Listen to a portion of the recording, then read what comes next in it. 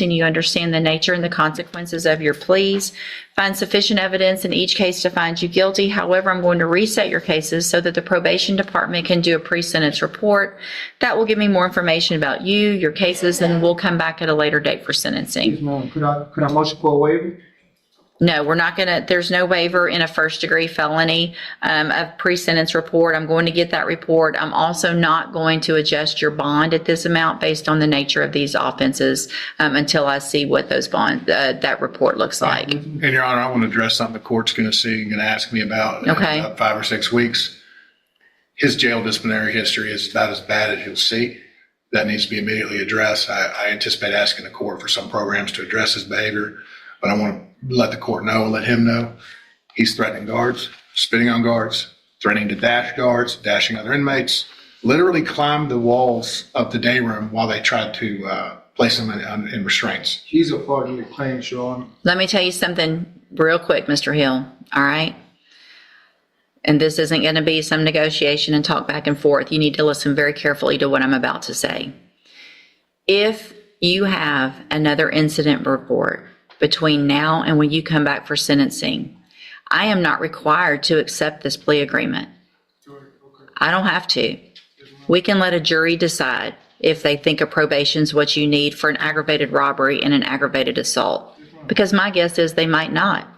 They would just go ahead and send you to prison, especially because at a trial, they will see the same things that I see at sentencing, which is every one of those incident reports from the day you got in. That jury will see that. I will see that. Yes, ma'am. They haven't given me an option to wait. What did I tell you? This isn't this isn't that. Those officers out there are doing their jobs. They're trying to go make a living and go home to their families. Contrary to- Hold on. I'm telling you right now. Stop talking. That's your second warning. I can reject these right now. We can set your trial. Is that what you want to happen? Then stop talking. I told you this today is just going to be a listening thing. I have a feeling that's part of your problem in jail is because you won't just sit and listen. You are there because of your actions. They are doing their jobs. Grow up. Because you're in big boy court, you're a grown man now for our purposes. And stop acting like a little heathen out in our jail. Or we will let a jury decide what to do with you. It's that simple. You can go back with the bailiff. Well, here we go again, I think. You're Dante Caddy? Yes.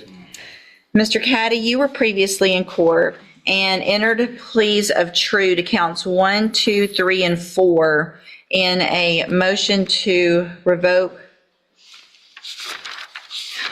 your unadjudicated probation. You're on probation for burglary of a habitation. It was a 7-year deferred probation.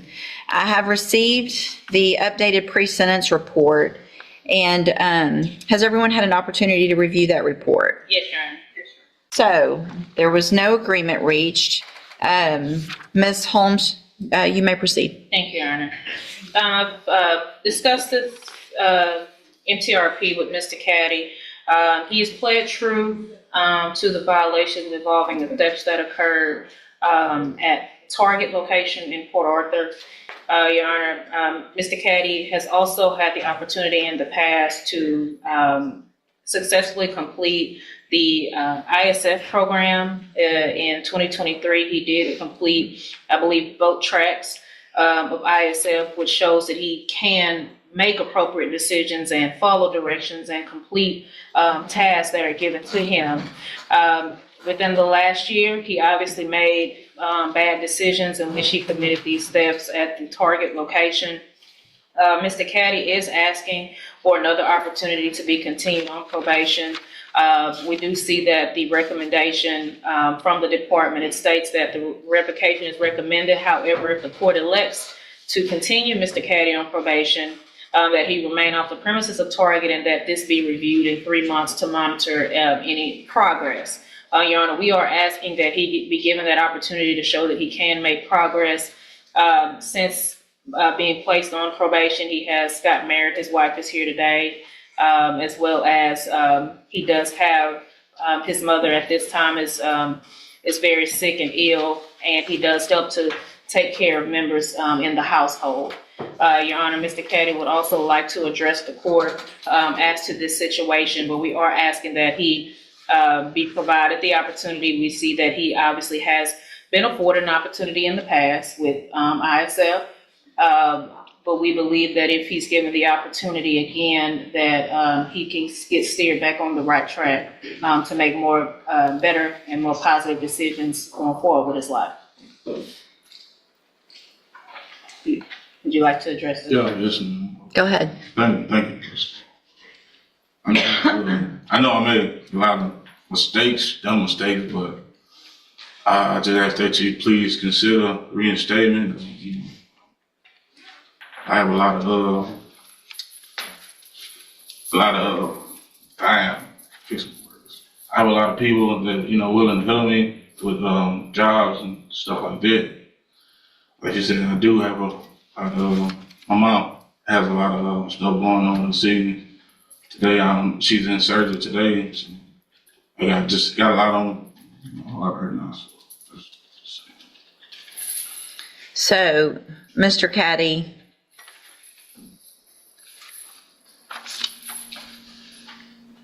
back when you got your original pre-sentence report in 2020, I'm looking back at that, and when they talked to you that day, there's a quotation from you.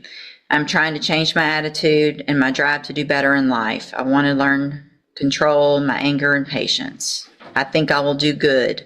I understand the do's and don'ts. Okay, so that was back in 2020. Then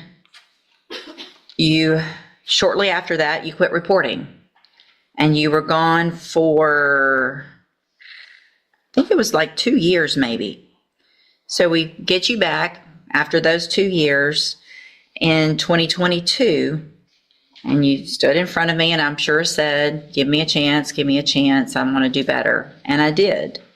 And I extended you, added some time on your probation, and sent you to ISF to help you do those things that you said you wanted to do, make better decisions and do that. Sent you to both tracks of ISF, which most people can't even do. They don't do that anymore. We have to pick one. So you got all the help you needed for drugs, for better decisions. Completed that April 14th, 2023. And then in June of 2024, you pick up June and then July, 2 new theft cases after you've already been sent to ISF and given those opportunities after having been given the opportunity the first time to even get on probation, and then after you absconded for 2 years. Ms. Molfino, what's the state's position? Revocation, Your Honor. I don't have much to add to what the court has already addressed. You really haven't left me any choice. It makes no sense for me to, we've given you chance after chance, and just saying that you want to do better is, your actions have to be better. And they haven't been. I'm going to find that you entered your pleas of true to counts 1, 2, 3, and 4 freely and voluntarily. Find those counts true. Find sufficient evidence to find you guilty, and at this time find you guilty of burglary of a habitation. I'm going to sentence you to a term of 6 years of the Institutional Division of the Texas Department of Corrections. You will receive credit on that sentence for any time that you've been in custody that the law gives you the right to receive. I'm handing you the trial court certification. This was marked off, though, that it was a plea bargain case, and so now I'm concerned again. Just hold on, don't, just wait a minute, because I want to see. Double check that there's nothing. Yes, Kendrick, I apologize. Okay. I'm sorry. So there was a cap of 4 years. So I'm going to withdraw what I said about the 6 years. I'm going to sentence you to a term of 4 years in the Institutional Division of the Texas Department of Corrections. Mr. Caddy, you can tell from what I've said and what my sentence was that I don't think that's enough. I have the ability to not accept this plea agreement. I'm going to accept it. I don't like it, but I'm going to accept it today. Your attorney did one heck of a job by getting you that deal. I am going to hand you the trial court certification that shows this was an agreement that I followed, and so you've waived your right to appeal. I have also handed you a written admonishment regarding your ineligibility to possess a firearm or ammunition. Because of the judgment entered against you, you're ineligible under Texas law to possess a firearm or ammunition. Possession of a firearm or ammunition could lead to charges against you. Firearm is a legal term. You should read that written admonishment I provide you to see what devices qualify as a firearm. If you have questions about the laws that make you ineligible to possess a firearm or ammunition or about how long that lasts, you can talk to Ms. Holmes. I hope you take advantage of this shorter opportunity and get the help you need to get out and make better decisions. All right, you can go back with the bailiff. All right, sir, are Christopher Curtis Ray? And Mr. Ray, you were previously in court and entered a plea of guilty to forgery of a financial instrument. It was enhanced to a third-degree felony. That was an open plea to the court. I have received the pre-sentence report. Has everyone had an opportunity to review that report? We have, Your Honor. Are there any additions or corrections to the report? Not from the case. All right, Mr. Rojas, you may proceed. Thank you, Judge. Judge, Mr. Ray is here this morning asking for probation. I realize that the PSI, and he realized that the PSI, according to the PSI, this is, I believe, his sixth felony. He's only had, with those felonies, looked to me like he's only had one term of probation. It was revoked back in 2000, I believe. But that's the only term of probation he's ever had for the felony. I suspect just he was in jail and probably had credit time served on the other ones. To his credit, even though he was not on probation, looks like during one of his terms in prison, he did some things to benefit himself. He successfully completed the safety program. He got his GED, and I think at one point he even he was sent to and successfully completed the ISF program. So he does have the ability, he has shown the ability to make progress. And again, he did the safety and the GED not as a condition of probation, something he did on his own while he was in prison to better himself. He's telling me that if he were to be granted probation, he's got a job, he's going to be able to go back to his previous job as an auto mechanic. The owner of the shop has reached out to him or told him that as soon as he gets released to go back, he still has a job there with him. He is the only caretaker for his elderly mother. His father died, I think, around 5 months ago. His mother is home living alone, and he would be the only caretaker for her since the father has passed away. It looks to me like he also has a